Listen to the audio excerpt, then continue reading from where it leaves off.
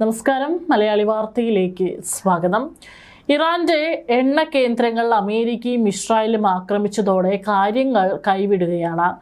American കമ്പനികൾക്ക് പങ്കാളിത്തമുള്ള പശ്ചിമേഷ്യയിലെ എല്ലാ എണ്ണ കേന്ദ്രങ്ങളും ആക്രമിക്കാനാണ് ഇറാന്റെ നീക്കം. ഇത് ഇന്ത്യയെ ഉൾപ്പെടെ ബാധിക്കും. കാരണം ഇന്ത്യ കൂടുതൽ എണ്ണ വാങ്ങുന്നത് പശ്ചിമേഷ്യയിൽ നിന്നാണ്. മാത്രമല്ല, അമേരിക്ക ആണവായുധങ്ങൾ സൂക്ഷിച്ചിരിക്കുന്ന തുർക്കിയിലെ കേന്ദ്രവും ഇറാൻ ലക്ഷ്യമിടുന്നു. അമേരിക്കൻ സൈന്യത്തിന്റെ 5 യുദ്ധവിമാനങ്ങൾ ഇറാൻ തകർത്തു. ഇറാഖിൽ ഒരു യുദ്ധവിമാനം തകർന്ന 6 US സൈനികർ കൊല്ലപ്പെട്ട പിന്നാലെയാണ് സൗദിയിലെ ആക്രമണത്തിൽ 5 യുദ്ധവിമാനങ്ങൾ തകർന്നത്. എന്നാൽ ഇവ പൂർണ്ണമായും തകർന്നിട്ടില്ലെന്നും അറ്റകുറ്റപ്പണി നടത്തുന്നുണ്ടെന്നും US ഉദ്യോഗസ്ഥരെ ഉദ്ധരിച്ച് വാൾസ്ട്രീറ്റ് ജേണൽ അടക്കം റിപ്പോർട്ട് ചെയ്തു. ഇറാന്റെ എണ്ണ മേഖലയാണ് ഗാർഗ് ദ്വീപ്. ഇവിടെ നിന്നാണ് ഇറാൻ പ്രധാനമായും എണ്ണ കയറ്റുമതി ചെയ്യുന്നത്. ഇവിടെ അമേരിക്ക ആക്രമണം നടത്തിയതോടെ ഇറാൻ പുതിയ നീക്കത്തിനൊരുങ്ങുകയാണ്.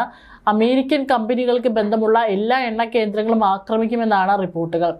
പശ്ചിമേഷ്യയിലെ മിക്ക എണ്ണ കേന്ദ്രങ്ങളിലും അമേരിക്കൻ കമ്പനികൾക്കും പങ്കാളിത്തമുണ്ട്. അതിനിടെയാണ് അമേരിക്കയുടെ ആണവായുധങ്ങൾ സൂക്ഷിച്ച തുർക്കിയിലെ സേനാ താവളം ലക്ഷ്യമിട്ട് ഇറാൻ ആക്രമണം നടത്തിയത്. ഈ മിസൈൽ നാറ്റോയുടെ പ്രതിരോധ കവചം തകർത്തു. ഇറാനും തുർക്കി വിഷയത്തിൽ ചർച്ച നടത്തി. തുർക്കി സൈന്യവും നാറ്റോ സൈന്യവും എന്തും നേരിടാനുള്ള തയ്യാറെടുപ്പിലാണ്. യുദ്ധം കൂടുതൽ മേഖലയിലേക്ക് വ്യാപിക്കുമോ എന്ന ആശങ്കയാണ് ഉടലെടുത്തിരിക്കുന്നത്. തുർക്കിയിലെ ഇൻജിർലിക് വ്യോമതാവളത്തിലേക്കാണ് മിസൈൽ വന്നത്. ഇവിടെ നിരവധി US ആണവായുധങ്ങൾ സൂക്ഷിച്ചിട്ടുണ്ട്. അമേരിക്കയും തുർക്കിയും പല കാര്യങ്ങളിലും വിപരീത അഭിപ്രായമുള്ളവരാണ്. എന്നാൽ അമേരിക്കയുടെ ആണവായുധങ്ങളിൽ ചിലത് സൂക്ഷിച്ചിരിക്കുന്നത് തുർക്കിയിലാണ്. രാജ്യാന്തര രാഷ്ട്രീയത്തിൽ കാണുന്ന വൈരുദ്ധ്യങ്ങളിൽ ഒന്നാണിത്. ഗാസ, ഇറാൻ, യമൻ, സിറിയ തുടങ്ങി അമേരിക്ക നടത്തുന്ന പല ഇടപെടലുകളിലും തുർക്കിക്ക് വ്യത്യസ്തമായ അഭിപ്രായമാണുള്ളത്. അതേസമയം നാറ്റോ സൈനിക സഖ്യത്തിലെ ഏറ്റവും വലിയ സേനാ വ്യൂഹം അമേരിക്കയുടേതാണ്. 2ാം സ്ഥാനത്ത് തുർക്കിയാണ്.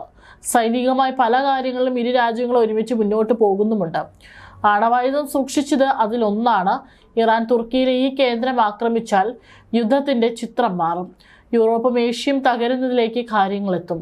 കാരണം ഒരു ആണവായുധമല്ല ഇവിടെയുള്ളത്. ഗൾഫ് രാജ്യങ്ങൾ, ഇറാഖ്, സിറിയ, ജോർദാൻ തുടങ്ങിയ രാജ്യങ്ങളിലെല്ലാം ഇറാൻ ആക്രമണം നടത്തുന്നുണ്ട്. അസർബൈജാൻ, സൈപ്രസ് തുടങ്ങിയ രാജ്യങ്ങളിൽ നടന്ന ആക്രമണങ്ങളിൽ പങ്കില്ലെന്ന് ഇറാൻ വ്യക്തമാക്കുകയും ചെയ്തു. ഇസ്രായേൽ ഇറാൻ യുദ്ധം 14ാം ദിവസത്തിലേക്ക് കടന്നു. ഇരുകൂട്ടരും ആക്രമണ പ്രത്യാക്രമണങ്ങൾ വ്യാപിപ്പിച്ചതോടെ മിഡിൽ ഈസ്റ്റ് അശാന്തമായി തുടരുകയാണ്. അതിനിടെ മിഡിൽ ഈസ്റ്റിൽ കൂടുതൽ സൈനികരെയും യുദ്ധക്കപ്പലുകളും അമേരിക്ക വിന്യസിക്കുന്നുണ്ടെന്നാണ് റിപ്പോർട്ട്. USS ട്രിപ്പോളിയും അതിന്റെ അനുബന്ധ മറൈനുകളും ഈ മേഖലയിലേക്കുള്ള യാത്രയിലാണെന്നും US ഉദ്യോഗസ്ഥരെ ഉദ്ധരിച്ച് വാൾസ്ട്രീറ്റ് ജേണൽ പറഞ്ഞു. 3 കപ്പലുകളിലായി ഏകദേശം 2500 മറൈനുകൾ മിഡിൽ ഈസ്റ്റിലേക്ക് പോയതായി ന്യൂയോർക്ക് ടൈംസ് റിപ്പോർട്ട് ചെയ്തു. ഇറാന്റെ തലസ്ഥാനമായ ടെഹ്റാനിലും കഴിഞ്ഞ ദിവസം 1-ലധികം ആക്രമണങ്ങൾ റിപ്പോർട്ട് ചെയ്തു. പലസ്തീനികളെ പിന്തുണച്ച് ഇറാനിയൻ സർക്കാർ ഒരു റാലി നടത്തിയതിന് മണിക്കൂറുകൾക്ക് ശേഷമാണ് ടെഹ്റാനിലെ ഒരു സെൻട്രൽ സ്ക്വയറിൽ ഒരു വലിയ സ്ഫോടനമുണ്ടായത്. മധ്യ ടെഹ്റാനെ ലക്ഷ്യമിടുമെന്ന് ഇസ്രായേൽ മുന്നറിയിപ്പ് നൽകിയതിന് പിന്നാലെയാണ് സ്ഫോടനമുണ്ടായതെന്നും അസോസിയേറ്റഡ് പ്രസ് റിപ്പോർട്ട് ചെയ്തു. അതേസമയം ഇറാനിൽ നിന്ന് മിസൈലുകൾ തൊടുത്തുവിട്ടുവെന്ന് സൈന്യത്തിന്റെ മുന്നറിയിപ്പിനെ തുടർന്ന് ഇസ്രായേലിന്റെ വാണിജ്യ കേന്ദ്രമായ ടെൽ അവീവിലും നിരവധി സ്ഫോടനങ്ങൾ കേട്ടതായി AFP റിപ്പോർട്ട് ചെയ്തു. അതിനിടെ വ്യാഴാഴ്ച ഒരു US സൈനിക KC-135 വിമാനം ഇറാഖിൽ തകർന്നു വീണതായി സെൻട്രൽ കമാൻഡ് പറഞ്ഞിരുന്നു. ഇന്ധനം നിറച്ച വിമാനത്തിലെ 6 ജീവനക്കാരും മരിച്ചതായി US സൈന്യവും അറിയിച്ചിരുന്നു. അതേസമയം ഗൾഫ് മേഖലകളിലെ ആക്രമണം ഇറാൻ ശക്തമാക്കിയിരിക്കുകയാണ്. നിരവധി ഡ്രോൺ ആക്രമണങ്ങൾ തങ്ങൾ ചെറുത്തതായി സൗദി അറിയിച്ചു. കുവൈറ്റ്, UAE, ബഹ്റൈൻ തുടങ്ങിയ രാജ്യങ്ങളിലേക്കും കനത്ത ആക്രമണമാണ് ഇറാൻ നടത്തിക്കൊണ്ടിരിക്കുന്നത്.